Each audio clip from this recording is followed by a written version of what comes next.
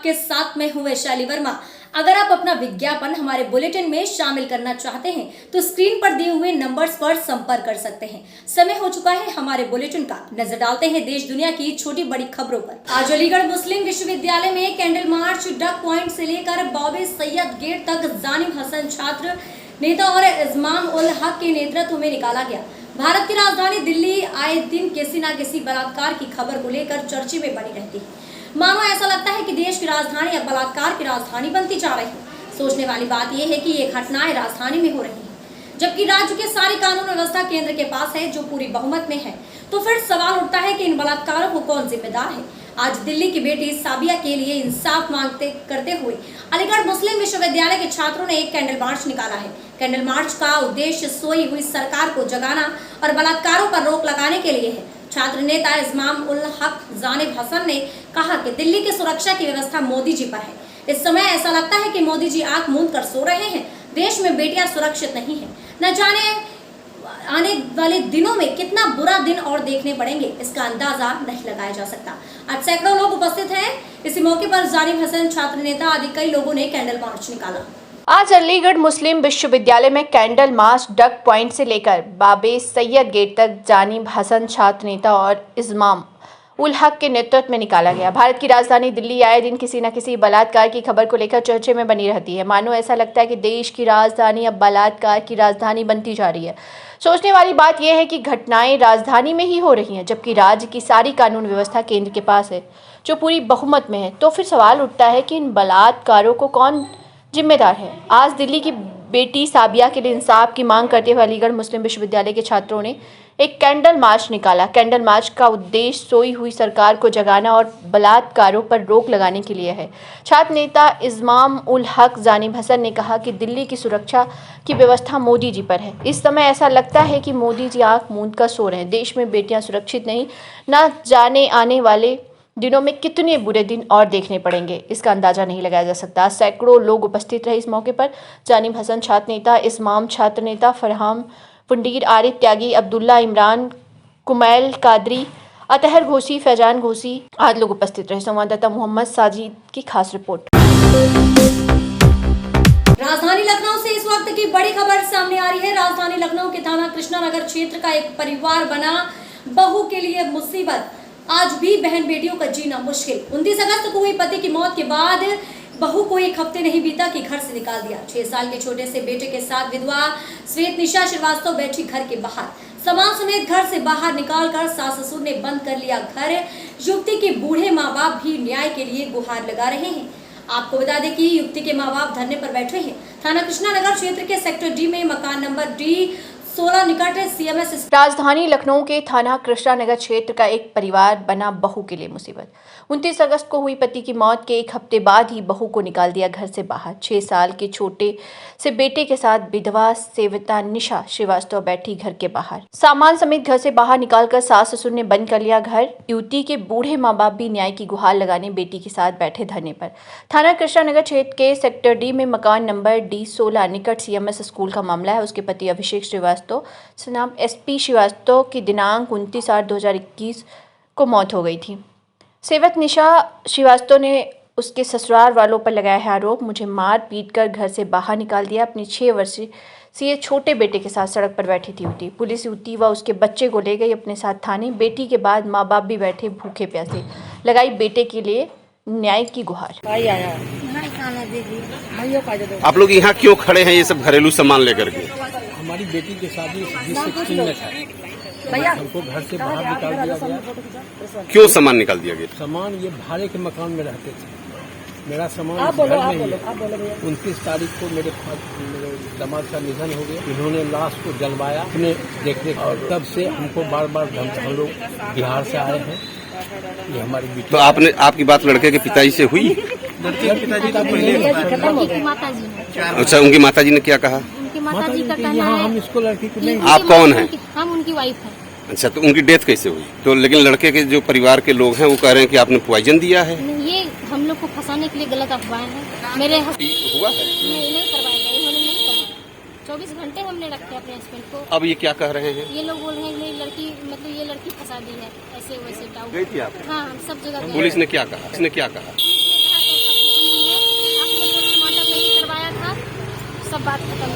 कोई डाउट नहीं। हो सकता है आप जैसे इसकी पत्नी पे डाउट कर रहे हैं, हम बोल रहे हैं हो सकता है आप दिए होंगे, क्योंकि मेरे हस्बैंड शाम में पूरी दोपहर और शाम में इन्हीं के घर से खाना। अब अगर आपको न्याय नहीं मिलता है तो क्या करेंगी? न्याय नहीं मिलेगा तो क्या करेंगे? न्याय देना। सोपान एनक्लेव अपार्टमेंट अतिक्रमण से पूरी तरीके से घिरा हुआ है। एलडीए के अधिकारियों को पत्र लिखकर कई बार अवगत कराया गया, पर कोई भी कार्यवाही अभी तक सुनिश्चित नहीं हुई, जिससे आज रविवार के दिन आवंटियों ने परेशान होकर अतिक्रमण को साफ करने का बीड़ा खुद उठाया और अतिक्रमण का विरोध दर्ज कराया गया। सोपान एन्क्लेव अपार्टमेंट अतिक्रमण से पूरी तरीके से घिरा हुआ है। एलडीए के अधिकारियों को पत्र लिखकर कई बार अवगत कराया गया है, पर कोई भी कार्रवाई अभी तक सुनिश्चित नहीं हुई है, जिससे आज रविवार के दिन आवंटियों ने परेशान होकर अतिक्रमण को साफ करने का बीड़ा खुद उठाया और अतिक्रमण का विरोध दर्ज कराया। आपको बता दें कि एलडीए द्वारा निर्मित अपार्टमेंट को जब आवंटी को बेचा गया तो विश्वास दिलाया गया था कि सभी प्रकार से अतिक्रमण को जल्द ही हटा दिया जाएगा, परंतु 5 वर्ष हो गए अपार्टमेंट को बने पर किसी तरह की सख्त कार्रवाई नहीं हुई। आवंटियों को अपने अपार्टमेंट से निकलने में काफी असुविधा का सामना करना पड़ता है। अनियोजित तरीके से स्थित कबाड़ मंडी द्वारा सोपान एन्क्लेव के दोनों गेट पर अपनी गाड़ियों को खड़ा रखा जाता है। वहीं शाम 6 बजे के बाद महिलाओं के निकलने पर अभद्र भाषा का प्रयोग किया जाता है। यही नहीं, देर रात तक परिसर के गेट पर अराजक तत्वों द्वारा शराब का सेवन किया जाता है। परिसर के गार्ड द्वारा जब विरोध किया जाता है तो उससे भी अभद्रता की जाती है। आज रविवार को जब आवंटियों द्वारा कबाड़ मंडी के अतिक्रमण का विरोध दर्ज कराया गया तो उनसे भी पुलिस की मौजूदगी में अभद्रता और हाथापाई पर कबाड़ मंडी के अराजक तत्व आमादा हो गए। इस प्रकरण के बारे में अपार्टमेंट के आवंटियों द्वारा उच्च अधिकारियों को अवगत कराया गया और स्थिति की जानकारी होते हुए भी एलडीए के अधिकारी ने सिर्फ आश्वासन देकर अपना पल्ला झाड़ दिया। संवाददाता इरफान कुरैशी की रिपोर्ट। छत्तीसगढ़ के मुख्यमंत्री के पिता नंद कुमार बघेल के ब्राह्मण विरोधी बयान पर शिकायत दर्ज। छत्तीसगढ़ के मुख्यमंत्री भूपेश बघेल के पिता नंद कुमार बघेल द्वारा विगत दिनों ब्राह्मण विरोधी बयान देने से आहत होकर स्वर्ण समाज के ब्राह्मण बाराद्वार थाना पहुंचकर बाराद्वार थाना प्रभारी को लिखित आवेदन दिया। आपको बता दें कि नंद कुमार बघेल ब्राह्मण और भगवान राम के लिए बार बार लगातार अनगल बयानबाजी करते हैं। उनके इस बेतुका बयान से आहत होकर कई बार बीते महीनों में इन पर काफी विरोध प्रदर्शन किया गया है। कुछ दिन पहले प्रदेश के मुखिया मंत्री भूपेश बघेल ने मीडिया को बताया कि कानून से ऊपर कोई नहीं, सबके समान कानून है। छत्तीसगढ़ के मुख्यमंत्री के पिता नंद कुमार बघेल के ब्राह्मण विरोधी बयान पर शिकायत दर्ज। छत्तीसगढ़ के मुख्यमंत्री भूपेश बघेल के पिता नंद कुमार बघेल द्वारा विगत दिनों ब्राह्मण विरोधी बयान देने से आहत होकर सवर्ण समाज के ब्राह्मण द्वारा थाना पहुंचकर बाराद्वार थाना प्रभारी को लिखित आवेदन दिया गया था। आपको बता दें कि नंद कुमार बघेल ब्राह्मण और भगवान राम के लिए बार बार लगातार अनर्गल बयानबाजी करते रहते हैं। उनके इस बेतुका बयान से आहत होकर कई बार बीते महीनों भी इन पर काफी विरोध प्रदर्शन किया गया था। कुछ दिन पहले प्रदेश के मुख्यमंत्री भूपेश बघेल ने मीडिया को बताया कि कानून से ऊपर कोई नहीं, सबके समान कानून नियम है, सब समाज जात धर्म के लोगों का सम्मान किया जाएगा वगैरह वगैरह, और जो मेरे पिता पर थाने में शिकायत दर्ज की गई उस पर उचित कार्रवाई की जाएगी। कानून से ऊपर कोई नहीं है, ये कहना था छत्तीसगढ़ के मुख्यमंत्री का। अब देखना ये है कि कार्रवाई होती है या नहीं। छत्तीसगढ़ में इस ब्राह्मण विरोधी बयान से सवर समाज में काफी रोष व्याप्त है और नंद कुमार बघेल के खिलाफ विरोध प्रदर्शन करते हुए थाने में शिकायत दर्ज की जा रही है। निशित तिवारी, जिला जांजगीर चंपा, छत्तीसगढ़ से। हमारे प्रदेश के मुख्यमंत्री भूपेश बघेल के पिता द्वारा ब्राह्मण समाज पर विवादित बयान दिया गया। उनके द्वारा यह कहा गया कि ब्राह्मण समाज जो है वो विदेशी समाज है, उनका यहाँ कोई अस्तित्व नहीं है, हम उनको बाहर भेजेंगे। इस प्रकार का विवादित बयान जो उन्होंने दिया है उससे कहीं न कहीं हमारे समाज के लोग काफी आहत है। उससे कहीं न कहीं हमारे समाज के लोग काफी आहत है। इससे पूर्व भी उनके द्वारा ब्राह्मण समाज के प्रति ईर्ष्या भाव से विवादित बयान दिया गया था। उस समय भी हम लोगों ने थाने में उपस्थित होकर अपना आवेदन पत्र दिया था। आज पुनः बाराद्वार थाने पहुंचकर सभी समाज के लोगों के द्वारा आवेदन यहां दी गई है। और जैसा कि कुछ देर पहले मुख्यमंत्री भूपेश बघेल जी का एक समाचार भी प्राप्त हुआ है कि उनके द्वारा यह कहा गया है, कोई भी हो अगर इस प्रकार से किसी समाज के प्रति बयान दिया गया है तो उस पर कार्रवाई होगी। तो अब यह देखना होगा कि किस प्रकार हमारे आवेदन पर कार्रवाई किस प्रकार की जाती है।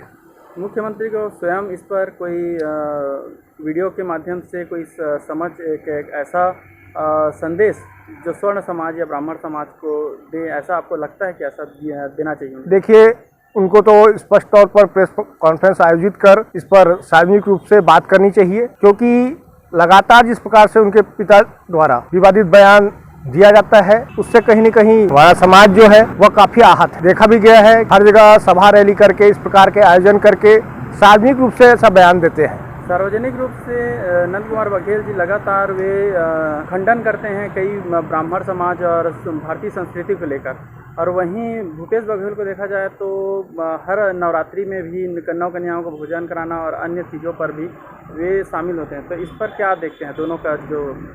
देखिए, जब तक मुख्यमंत्री जी द्वारा सार्वजनिक रूप से प्रेस कॉन्फ्रेंस करके अगर उनका ये कन्या भोजन और ये सारा चीज़ जो करते हैं, उनसे उनके पिताजी का किस प्रकार से मन का भेद कहा जाए कि वो एक तरफ तो भगवान राम को मानते हैं, राम वनगमन पथ बनवाते हैं, और दूसरी ओर उनके पिताजी द्वारा जो है लगातार विवादित बयान दिया जाता है, तो उन्हें स्पष्ट करना चाहिए। उत्तर प्रदेश की राजधानी लखनऊ से बड़ी खबर आ रही है। आपको बता दें कि आग का कहर लगातार जारी है। थाना हुसैनगंज क्षेत्र में बस में लगी भीषण आग। बस में आग लगने से लोगों में मचा हड़कंप। स्थानीय लोगों ने दिया पुलिस और फायर ब्रिगेड को सूचना। आग लगने से बस हुई जलकर खाक। आपको बता दें कि सूचना मिलते ही स्थानीय पुलिस और फायर ब्रिगेड मौके पर मौजूद रहा। थाना हुसैनगंज क्षेत्र का मामला। राजधानी लखनऊ में आग का कहर लगातार जारी। थाना हुसैनगंज क्षेत्र में बस में लगी भीषण आग। बस में आग लगने से लोगों में मचा हड़कंप। स्थानीय लोगों ने दिया पुलिस और फायर ब्रिगेड को सूचना। आग लगने से बस हुई जलकर खाक। सूचना मिलते ही स्थानीय पुलिस और फायर ब्रिगेड मौके पर मौजूद। थाना हुसैनगंज क्षेत्र का ये मामला है।